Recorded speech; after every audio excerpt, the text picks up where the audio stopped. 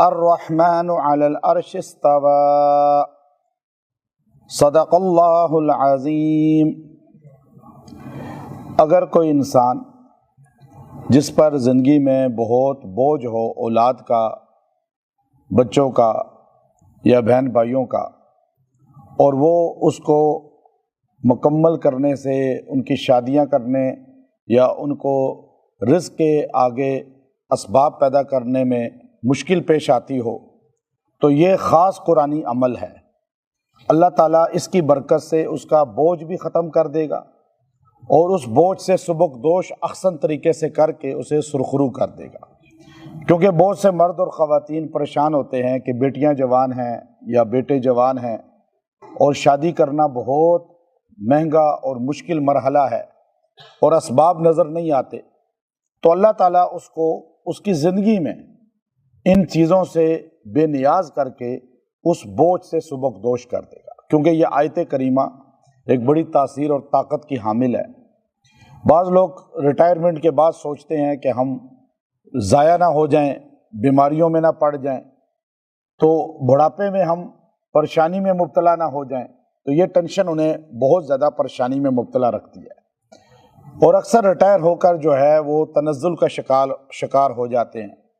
تو اس آیت میں اللہ نے یہ طاقت رکھی ہے کہ اللہ تعالیٰ ان کو جب وہ اپنی ذمہ داری سے یا جس ذمہ داری کو مکمل کرنا چاہتے ہیں یا جس ذمہ داری میں ہیں اس وقت، اللہ اس کے بعد انہیں راحت اور سکون والی زندگی عطا فرمائے گا۔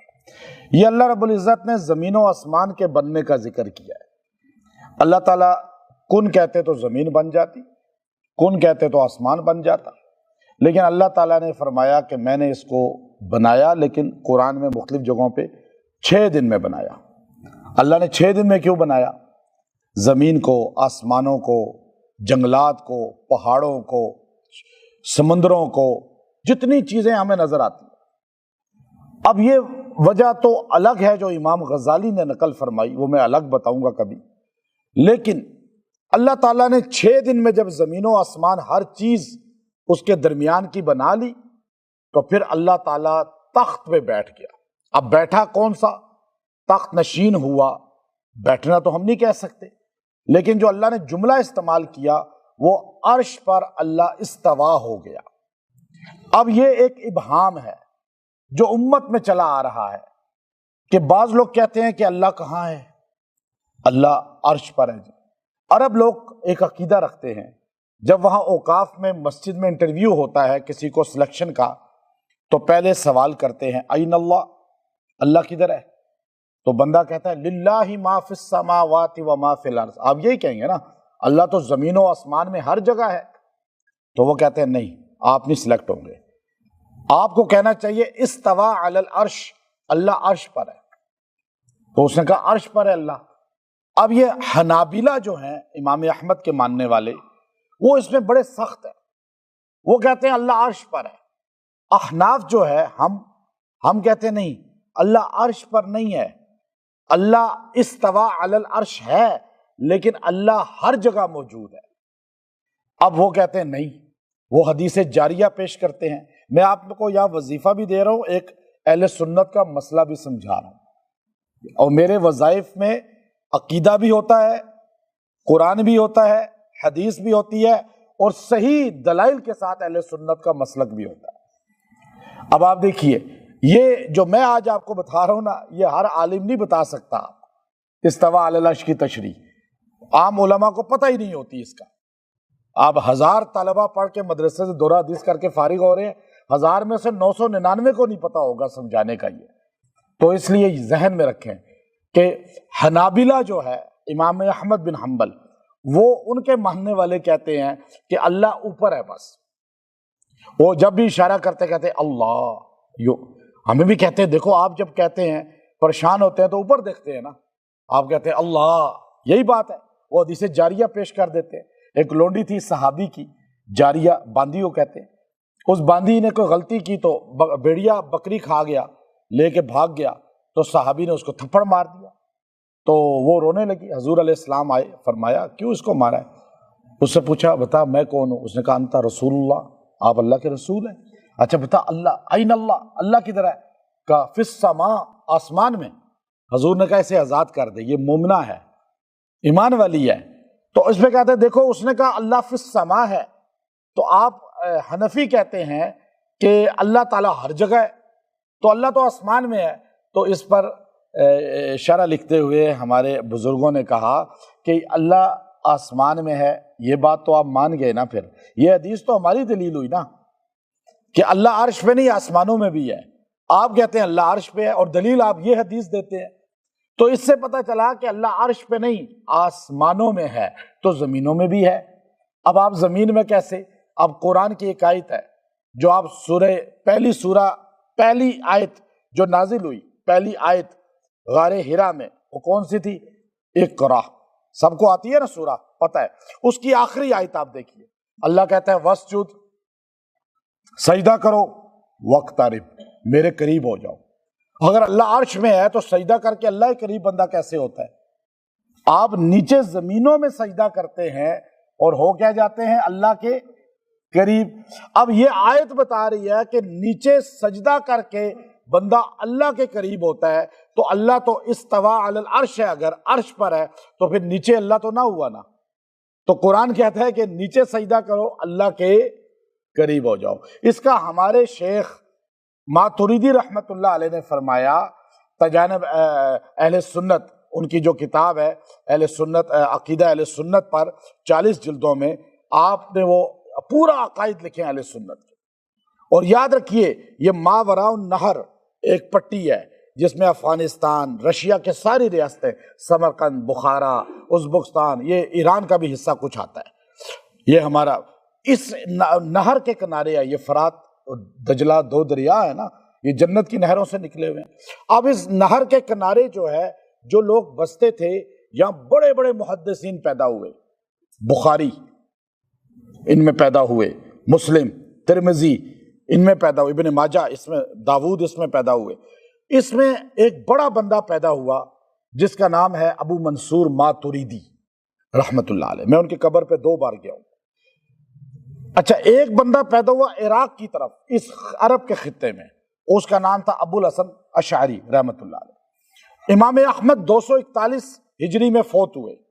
امام احمد کے بعد جو ہے وہ کچھ لوگوں نے معتزلہ، اس زمانے میں معتزلہ تھے جو خلق قرآن کا عقیدہ رکھتے تھے، مامون الرشید بادشاہ کے، اور معتصم باللہ۔ تو معتزلہ نے کہا کہ اللہ ہر جگہ نہیں ہے، اللہ صرف عرش پر ہے۔ قرآن کہتا ہے استویٰ علی العرش، یہ آیت جو پڑھی ہے، الرحمن، الرحمن کون ہے؟ فرمایا رحمان وہ ہے علی العرش استویٰ، جو عرش پہ ہے، بس۔ تو یہ معتزلہ کہتے تھے قرآن کہہ رہا ہے عرش پہ ہے تو نیچے نہیں ہے۔ تو امام احمد بن حنبل رحمۃ اللہ علیہ نے ان کا مقابلہ کیا، پھر آپ جیل میں گئے، پھر آپ کی وفات بھی ہو گئی۔ انہی کے زمانے کے 2 بندے ہیں۔ اچھا، امام ابو الحسن اشعری جو تھے، یہ 303 ہجری میں فوت ہوئے ہیں، اور ماتریدی جو تھے وہ 333 ہجری میں فوت ہوئے ہیں۔ ایک زمانے کے یہ ہیں، یعنی قرون اول کے ہیں یہ لوگ، ثانی کے ہو گئے۔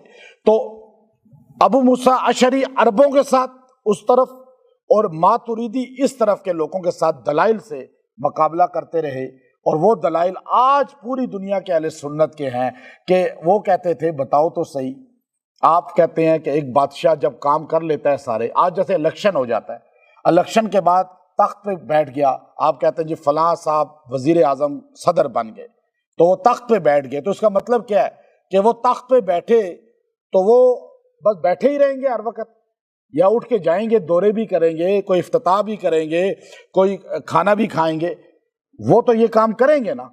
تو خالی بیٹھنا، آپ کہیں جی فلاں صاحب جو ہے اس وقت پاکستان کے تخت پہ بیٹھ گئے ہیں وزارت کے، تو اس کا مطلب یہ نہیں ہے کہ وہ ہلیں گے نہیں، یہ سمجھانے کے لیے بتا رہا ہوں جو ان کا انداز ہے، میں اپنے الفاظ میں آپ کو۔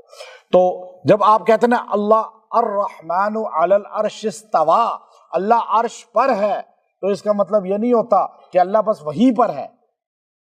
اللہ تعالیٰ ہر کام دنیا کا نظام چلا رہا ہے، لیکن وہ ہمیں سمجھانے کے لیے بتا رہا ہے کہ میں نے زمین و آسمان کو 6 دن میں بنایا، اس کے بعد میں فارغ ہو گیا، اور اب میں نے تخت سنبھال لیا، تخت بتانے کے لیے، ہمیں سمجھانے کے لیے۔ یہ متشابہات میں سے ہے جس کو امام ابن کثیر نے لکھا، جس کو اسی بات کو مفتی شفیع صاحب نے لکھا کہ یہ امت میں متشابہات میں سے ہے، جب طاووس رحمۃ اللہ علیہ سے، پھر اس کے بعد حسن بصری رحمۃ اللہ علیہ سے، پھر اسی طرح جو ابراہیم نخعی رحمۃ اللہ علیہ سے اور سیدہ ام سلمہ رضی اللہ تعالیٰ عنہ سے پوچھا گیا کہ بتائیں استویٰ علی العرش کیا ہے؟ آپ نے فرمایا اللہ عرش پر ہے، یہ ایمان ہے، کس حیت سے ہے یہ مجہول ہے، ہمیں اس بحث میں نہیں پڑھنا چاہیے۔ کیوں؟ اب یہاہ امام ماتریدی کہتے ہیں اور ابو الحسن اشعری وہ کہتے ہیں دیکھو ایک مکان ہوتا ہے، ایک مکین ہوتا ہے۔ یہ مکان ہے، یہ ممبر مکان ہے اور میں اس پر مکین ہوں، بیٹھا ہوا ہوں، ٹھیک ہے نا؟ مکان ہمیشہ مکین سے بڑا ہوتا ہے، بات سمجھیں آپ گھر میں رہتے ہیں وہ آپ کا مکان ہے، اور آپ جو رہتے ہیں وہ کیا ہے؟ مکین ہے، وہاں پر مکین ہے۔ اچھا آپ بڑے ہوں گے یا گھر بڑا ہوگا؟ گھر بڑا ہوگا نا ہمیشہ، بات سمجھے ہیں؟ مکان ہمیشہ بڑا ہوتا ہے، مکین ہمیشہ چھوٹا ہوتا ہے۔ اگر آپ یہ کہیں کہ اللہ عرش پر ہے تو اللہ مکین ہوا تو عرش مکان ہو گیا نا، عرش مکان ہو گیا، اور جو بیٹھتا ہے یا جو مکین ہوتا ہے وہ ہمیشہ مکان سے بڑا نہیں ہوتا۔ اگر آپ کہیں اللہ عرش پر ہے تو پھر آپ کو اللہ اکبر نہیں کہنا چاہیے، آپ کو کہنا چاہیے عرش اکبر، کیونکہ دنیا میں بڑا کون ہوا؟ کائنات میں عرش ہوا نا۔ لیکن ہمارا عقیدہ ہے کہ دنیا کائنات میں سب سے بڑا کون ہے؟ سارے بتائیں، اللہ۔ تو عرش جو ہے یہاں جو کہا متشابہات میں سے ہے، اللہ عرش پر نہیں ہے کیونکہ اللہ جسم سے پاک ہے، اور اللہ جو ہے وہ عرش پہ بیٹھا ہے، تو پھر جو ہے آپ کیا کہہ سکتے ہیں کہ عرش پہ بیٹھا ہوا ہے تو آپ اسے نیچے کا کہیں نہیں علم۔ اللہ کہاں ہے؟ للہ ما فی السماوات و ما فی الارض، اللہ زمین و آسمان میں ہر جگہ پر ہے۔ یہ بات ابو منصور ماتریدی رحمۃ اللہ علیہ نے سمجھائی، ابو الحسن اشعری رحمۃ اللہ علیہ نے سمجھائی کہ دیکھو اس طرح انہوں نے معتزلہ عقیدہ والوں کو اہل سنت میں لایا اور پھر بتا دیا کہ اللہ عرش پر ہے۔ یہ ایک اللہ تعالیٰ نے سمجھانے کے لیے بتایا ہے کہ بندے کی توجہ، جیسے آپ نماز میں، آپ مجھے بتائیں آپ نماز میں جو سجدہ کرتے ہیں کعبے کو کرتے ہیں؟ آپ تو اللہ کو کر رہے ہیں، لیکن اللہ نے آپ کو جہت دے دی، لیکن آپ کا رخ اللہ کی طرف ہے، اللہ ادھر بھی ہے، پھر آپ عرش کی طرف رخ کریں نا، تو پتہ چلا اللہ جدھر کا بتا دے ادھر اللہ نے کہا عرش۔ چونکہ عرش کا کیوں بولا پھر اللہ نے؟ ابو الحسن اشعری فرمانے لگے عرش کا اس لیے بولا کہ زمینیں جو ہیں ان سے بڑا آسمان ہے، آسمان سے بڑا دوسرا آسمان ہے، اور حدیث ہے ترمذی شریف میں، ایک آسمان دوسرے آسمان، ایک زمین دوسری زمین کے درمیان 500 سال کا گیپ ہے، خلا ہے۔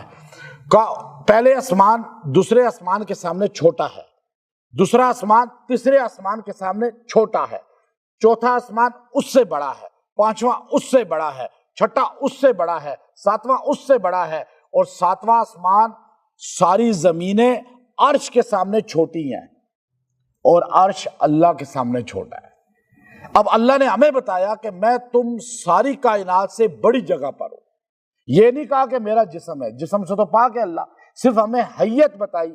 یہ متشابہات میں سے ہے جس پر ایمان لانا لازمی ہے، بحث کرنے کی کوئی ویلیو نہیں۔